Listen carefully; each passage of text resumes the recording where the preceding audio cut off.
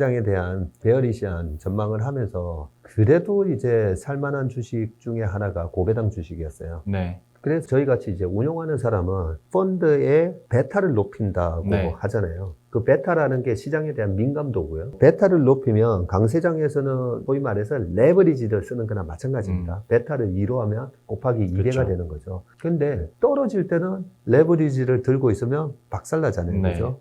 그래서 떨어질 때는 이제 베타를 낮춰야 되는데 그 베타를 낮추는 방법이 바로 고배당 주식으로 소위 말해서 디펜시브, 방어적인 주식으로 포트폴리오를 교체하는 네. 거거든요. 네. 그게 성장주 비중을 줄이고 고배당 주식 같은 그런 방어주를 높이게 되는데 그런 현상이 지금 올해 내내 일어났어요.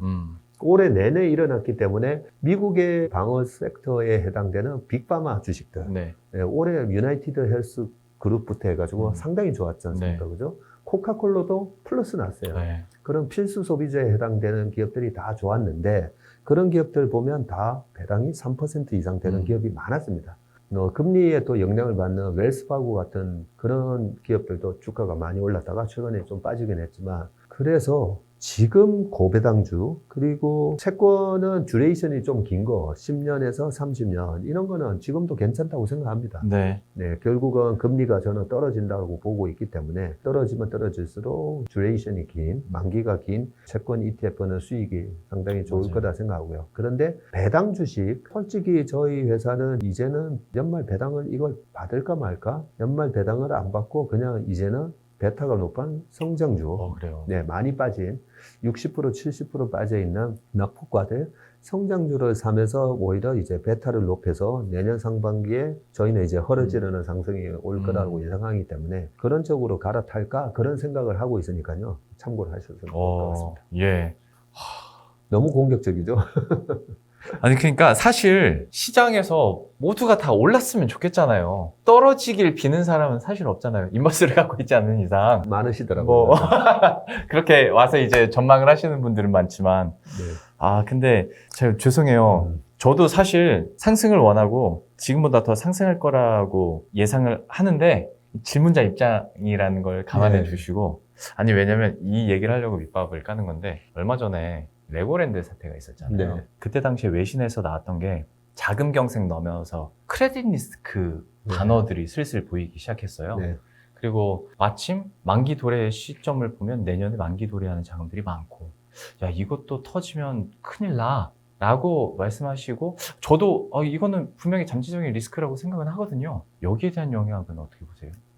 굉장히 중요한 질문을 하셨는데 우리가 주식시장에서 채권시장에서 부동산을 하든 투자자산에 투자를 할 때 제일 조심해야 될 게 크레딧 리스크거든요. 내가 투자하는 투자자산이 갑자기 상폐가 되고 가상화폐도 마찬가지였죠. 이번에 맞아요. 리믹스 같은 것도 상폐가 되고 네. 그게 하나의 엄청난 크레딧 리스크죠. 네. 그래서 개별 기업의 개별 투자 자산의 크레딧 리스크도 이제 체크를 해야 되는데 레고랜드나 이번에 상폐가 되는 그런 가상화폐나 이런 게 불거지면서 네. 시스템 리스크, 금융 시스템이 망가지는 그 시스템 리스크가 오게 되면 그러면 주식 시장은요 박살이 납니다. 그렇죠. 네. 고점 대비 50% 이상 빠지는 조정은 금융 시스템이 망가지는 그런 모습이 나오면 50% 이상 빠집니다. 그럴 때는 저는 뭐라고 얘기하냐면 고배당 주식, 네. 그 다음에 우량 블루칩 아무 소용 없다는 거죠. 네. 무조건 캐시로 도망가야 돼요. 그렇죠. 뭐 2, 3일 만에 그렇게 빠져버리면 네, 할 수가 맞습니다. 없는 거니까. 그래서 지금 많은 비관론자 분들 중에 그런 크레딧 리스크 상황이 내년에 펼쳐질 수 있기 때문에 무조건 현금을 네. 챙겨라 이런 얘기를 하시는 분들이 많은데 네. 자, 코로나 때도 비슷한 그런 어드바이스를 하셨어요. 옛날에도 보면. 근데 코로나 상황에서, 크레딧 리스크가 불거지면서 시스템 리스크가 안 왔죠. 왜 안 왔냐면 증시에다가 실물 경제에다가 엄청난 돈을 이제 연준이 그랬죠. 네. 인젝션을 해줬잖아요. 그러면서 기업이 망가지고 기업이 도산하며 은행이 부실화되고 그런 일이 발생을 안 했습니다. 그러면 지금 우리나라에 금융자산이 어느 정도 수준인가? 예금 그냥 정기예금만 900조 가까이 돼요. 네. 돈이 엄청 많습니다. 네, MMF에도 돈이 많고요. 단지 이런 상황이 불거질까봐 이제 조심을 하고 있어요. 네. 조심을 하고 있다가 주식도 마찬가지예요. 아니 저점 깰 줄 알았는데 올라가네 하면 결국은 뒤쫓아서 이제 들어오게 되잖아요. 네. 그런 현상이 저는 채권 시장에서도 이제 일어날 거라고 생각하고요. 그 가장 근본적인 원인이 됐던 한전, 네. 거의 맞아요. 52조나 되는 네. 자금을 끌어갔던 블랙홀 같았던 한전체의 금리를 최근에 보면 거의 100bp가 빠졌어요. 최근에. 그런 부분을 보면 크레딧 리스크는 개별 기업의 문제로만 국한되면서 끝나는 그런 분위기라고 생각되고요. 이런 분위기는 항상 있습니다. 그 얼마 전에는 중국에서 헝다 그룹 사태가 있었죠. 그러네요. 그 헝다 그룹 사태가 있을 때도 제가 뭐라고 얘기하냐면요. 자, 중국이 1년에 무역 수지로 한 얼마 버는 줄 아세요? 올해 예상이 1조 달러예요. 1조 달러. 1조 달러면 지금 환율로 따지면 1,300조라는 어마어마한 돈을 벌죠. 예, 우리나라 GDP가 1.6조 달러, 1.8조 달러 재작년에. 아니, 우리나라 GDP가 1.8조 달러인데 걔네들이 그냥 무역 수지가 1조 달러 벌어요. 그러면 중국 전체의 금융 시스템 위기 같은 거는 안 온다는 거죠. 안 오는데 그러면 헝다 그룹 사태는 뭔데? 걔네들 자산이 300조나 되는데 그거는 주인이 바뀐다는 거죠. 나라가 튼튼하고 그 나라의 금융 시스템이 튼튼한 상황에서 어떤 개별 기업에 그런 크레딧 리스크가 발생을 하면요. 허접한 회사의 자산이 우량한 회사로 넘어갈 뿐입니다. 그런데 이런 지엽적인 일들을 보고 와 이제 시장이 망가진다라고 확대 해석을 늘 하게 돼 있어요. 그 헝다 때도 터져 나왔던 얘기 중에 하나가 이렇게 바뀌는 게 아니라 야 국가가 그러니까 언더 컨트롤 안에 없는 거 아니야? 제어 그쵸. 못하는 거 아니야? 네. 그런 말들이 많았었잖아요. 우리가 그래서 이 전체 금융 시스템이 망가지는 건지 금융 시스템이 망가지려면요 우량한 기업이 망해야 돼요. 네. 우량한 기업이 2008년 금융위기 때 한번 생각해 보세요. 리만이 세계 3대 IB였어요. 네. 그리스 GDP보다 더 큰 자산을 갖고 있는 그런 회사가 망가지고 메릴린치가 망가지고 뱅크 오브 아메리카 그런 우량하다고 생각했던 소위 말하는 대마불사라고 생각했는데 대마들이 죽을 때가 바로 금융 시스템 리스크고 우리나라에도 재벌들이 막 망했었잖아요. 네. 만도 같은 그룹이나 뭐 이런 회사들이 흑자도산이 막 났었거든요. 그런 상황이 아니라면 너무 시스템 전체, 시장이 망가지는 거에 대해서 전망을 하는 거는 상당히 조심해야 됩니다. 알겠습니다. 아유, 끝났습니다. 불편한 질문들은 끝났어요. 그러니까 저도 계속 이제 반대 입장에서 이제 리스크들을 막 쏟아냈는데 거기에 대해서 명쾌하게 답을 주셨으니 여기에 대한 걱정은 살짝 덜도록 하겠고 제가 처음 시작할 때 올해 주식시장 키워드를 여쭤봤잖아요. 2023년 키워드는 뭐가 될까? 여기에는 희망사항이 좀 섞여도 됩니다. 좀 꼽아주시겠어요? 저는 아까 우리가 세 가지 네. 그냥 물가, 금리, 환율이 아니라 네. 고물가, 고금리, 고환율이었잖아요. 그렇죠. 네, 이 평균치를 훨씬 웃도는 고금리, 고환율, 고금리, 고물가가 유지가 됐었다면 그게 내년에는 다 정상화된다라고 생각합니다. 정상화. 네. 그래서 뭐 back to normal 네, 이렇게 한마디로 키워드를 정리할 수가 있을 것 같고요. 네. 그럼 뭐 back to normal이 되면 어떻게 되지? 금리가 떨어지면 올해 지금 채권에서도 터지고 주식에서도 터지면서 국민연금의 수익률이 마이너스 7%다 이러는데 내년에는 플러스 한 14% 나올 수도 있어요. 왜냐면 채권에서도 벌고 주식에서도 벌고 그러면 주식으로 back to normal은 뭔데?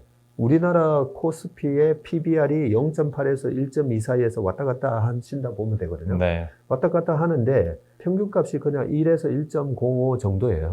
그러면 PBR 2,700이에요, 1배가. 네. 그런 상황에서 주식시장도 회복을 하고 채권도 금리가 떨어지면서 채권시장도 수익이 나고 예, 그런 상황이 될 수가 있기 때문에 조금 내년도에 대해서는 많은 분들이 지금 내년도에 예, 아주 한 번 더 혹독한 예, 경기 침체 온다고 하는데 오히려 정상화되는 그런 흐름이 있을 거다라는 생각을 네. 합니다.